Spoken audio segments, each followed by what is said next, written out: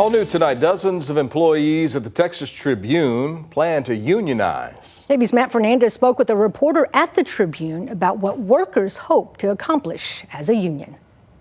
These are some of the Texas Tribune employees looking to unionize. One of them is Maria Mendez. She's been a service and engagement reporter with the Tribune for 2 years. Today, we made our intention to unionize public and asked our CEO and our senior leaders to basically voluntarily recognize us and to, just get the ball rolling on negotiating for a contract. Mendez says around 50 employees would be part of the union.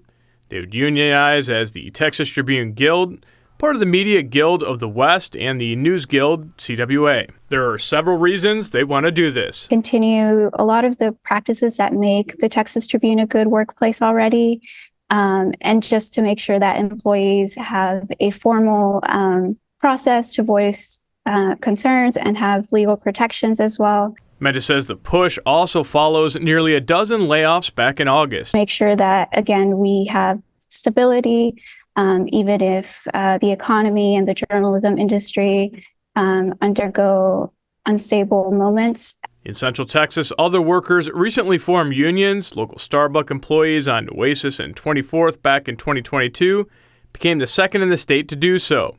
Hundreds of employees at Austin's Ascension Seton Medical Center also formed a union in September of 2022. As for Mendez and others looking to unionize at the Tribune, make sure that our newsroom and our organization is strong and our employees have the working conditions and resources they need to continue producing journalism that serves Texans.